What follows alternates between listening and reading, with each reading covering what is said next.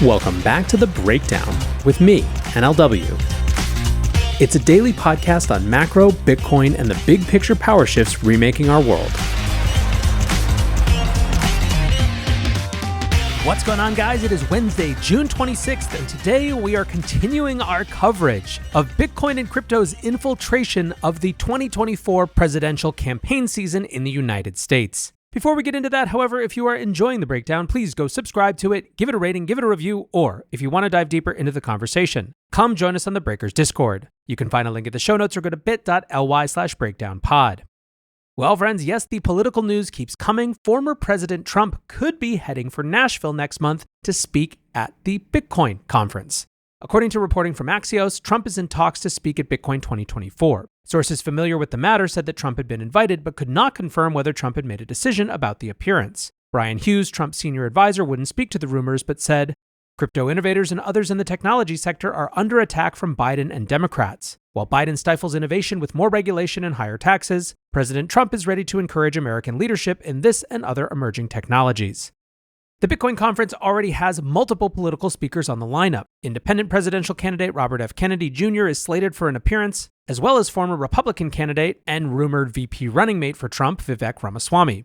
Republican Senators Bill Hagerty and Marsha Blackburn are also speaking at the conference. Representatives for Bitcoin Magazine, which runs the event, did not comment on the rumors. CEO David Bailey has recently presented himself as gaining access and trust within the Trump camp, but for his part, Bailey told everyone to slow their roll, making the pointed comment that the only place to get official updates is, you guessed it, via official channels. He tweets, "Media reporting getting way over their skis. Chill."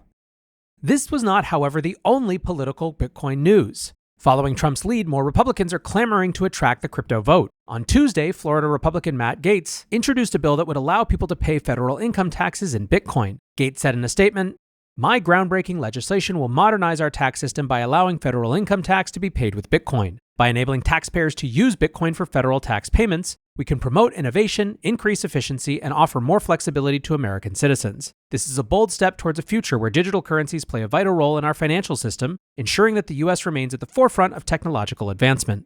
Gaetz claimed the policy was inspired by a trip to El Salvador for the inauguration of President Bukele. Taking this bill on face value, it's not clear that paying taxes in Bitcoin is something that anyone actually wants to do. Colorado introduced a similar policy at the state level in September 2022. The state partnered with PayPal to provide the service, which accepts most major cryptocurrencies. It was promoted as an additional low-fee option compared to credit card payment. According to local magazine 5280, only 11 people paid their state taxes in crypto in 2023 out of 3.1 million eligible taxpayers. Then again, this bill isn't intended to be a serious policy that has a chance to become law. It's intended instead as a signaling device designed to generate headlines. That in itself is an interesting shift for Gaetz, who's up for re-election this year. He's facing a last-minute primary challenge from former Navy officer Aaron Dimmock. Polling for Gaetz seems to have stabilized but was looking disastrous earlier this year. His role in the ouster of House Speaker Kevin McCarthy had pushed his approval rating down to just 21%. Crypto writer Steve Kaczynski wrote, "The Republicans continue to double down on crypto as the U.S. election approaches." Over on the Democrat side of the House, anti-crypto candidates continue to face major defeats. Representative Jamal Bowman was demolished in the Democratic primary for his House seat in northern New York City and the surrounding region. Bowman won the Bronx vote but suffered a landslide defeat across Westchester to his rival George Latimer. Latimer is a fairly centrist Democrat who has spent his career as an elected official across local and state governments in Westchester. The story of Bowman's defeat is, according to many, all about the influence of outside spending on the election outcome. This was the most expensive congressional primary in history, with $23 million spent. Bowman's campaign was outspent 9-1. The majority of the money came from pro-Israel super PAC, the United Democracy Project, who spent $14 million on attack ads against Bowman. Bowman being one of the most outspoken advocates for a ceasefire in Gaza. Spending from Israel-aligned groups dwarfed everyone else and was the central focus of reporting. At the same time, crypto industry super PAC Fairshake spent $2.1 million on ads against Bowman as well. Important to note that the ads didn't mention crypto at all. Instead, they accused Bowman of being anti-Semitic and highlighted his support of defunding the police. Fairshake spokesman Josh Vlasto said, "Jamal Bowman fought against setting clear rules of the road for the crypto and blockchain industry, and tonight he's looking for a new job. The crypto and blockchain community will continue to support candidates who believe in innovation and job creation and reach across the aisle to get things done." Bowman had voted against every crypto bill that reached the House, and his role as a key Elizabeth Warren ally painted a target on his back. Messari CEO Ryan Selkis tweeted a message to Warren stating, It brings me joy to destroy every colleague you care about. Katie Porter first, Bowman next. Sherrod and Tester soon. Maybe you'll remember that the next time you're tempted to defame honest men with families and American teams. All we wanted was a fair shake. Zero Knowledge Consulting founder Austin Campbell suggested Bowman's anti-crypto stance might have been a problem for voters, commenting, "It's almost as if getting on the wrong side of an issue the young voters in your own party care deeply about is a terrible idea." For context, Bowman was already lagging badly in the polls before a single dollar was spent, so it's questionable how much impact the crypto lobby had. Still, part of the logic behind the crypto industry's massive election spend is to demonstrate political power. Much like the banking lobby, the crypto industry needs to be seen as capable of extracting a political cost against anti-crypto lawmakers. Given that we've now seen 2 high-profile primary elections impacted by Fairshake, it seems as though the crypto industry is making the point loud and clear. Hello, friends. Before we get back to the rest of the show, I want you to join me at Permissionless. Permissionless is a conference for crypto natives by crypto natives. And the reason it's so important this year is that despite regulators' best attempts to push industry founders, devs, and executives out of the US remains the beating heart of crypto. Today, the tide is turning. Policymakers have pivoted from fighting crypto to embracing it, which will lead to the creation of new financial products, new applications, and ultimately new adoption. Permissionless is a conference for those using and building on-chain products. It's home to the power users, the devs, and the builders. And what's more, I'm going to be there. The location is Salt Lake City. The dates are October 9th to the 11th, and right now tickets are just $199. Towards the end of the month, they're going up to $499, and if you want 10% off, use code BREAKDOWN10 when you check out. If you go to the Blockworks website, blockworks.co, there will be lots of information about how to register, and again, use code BREAKDOWN10 to get 10% off. Of course, all of this brings back up the question of whether there will actually be a pivot on the Democrat side of the aisle. Many in the crypto industry have been watching closely to see whether the Biden White House will position themselves as pro-crypto ahead of the election. All we've had so far is whispered rumors of a crypto pivot, but very little action. Those reading the tea leaves, however, got another serving this week with news that Carol House had rejoined the White House. House was one of the primary authors of the 2022 Executive Order on Crypto Regulation. At the time, the executive order was well received. It put in place a number of well-thought-out recommendations, commissioned numerous studies, and was generally believed to be a necessary step to bring the government up to speed on crypto. Things obviously turned later in the year, but for a brief moment, the EO represented hope that the Biden administration would treat crypto policy with the thought and attention it deserved. House stepped away from her role in the administration in June of 2022, a few months after the EO was signed. House is returning to the White House as the special advisor for cybersecurity and critical infrastructure policy within the National Security Council. During her time away from D.C., she served as an advisory board member focused on digital currency for the New York Department of Financial Services. House also served on numerous advisory committees in crypto policy, most notably for the Digital Dollar Project. There's no clear sign that House returning to the administration is a sign that Biden is pivoting on crypto. But then again, staffing up with knowledgeable people ahead of the election can't be a bad thing. Some are choosing to view this as a sign that the White House is re-engaging on crypto, although not necessarily taking it as a signal of a new positive outlook. On announcing her appointment, House wrote that she is, quote, honored to have been called to return to service of absolutely critical mission sets that are necessary to shape the future of secure and trustworthy digital economies.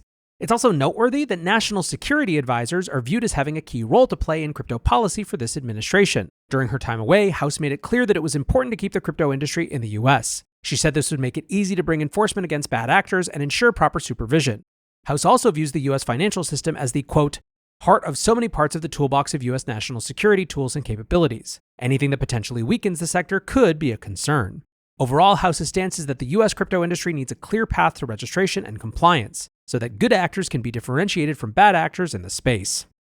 Finally, rounding out our political stories for the day, try as he might, SEC Chairman Gary Gensler just can't keep the politics out of the regulatory discussion. During an appearance at a Bloomberg Invest event on Tuesday, Gensler was continuously asked to speak to the political impact of his ambitious reform agenda. Host Anne-Marie Horton set the stage by pointing out that the Gensler SEC has faced a record number of court challenges against their rulemaking. Asked if he would still give the agency an A for effort, Gensler responded, quote, we have already finalized and implemented really consequential rules.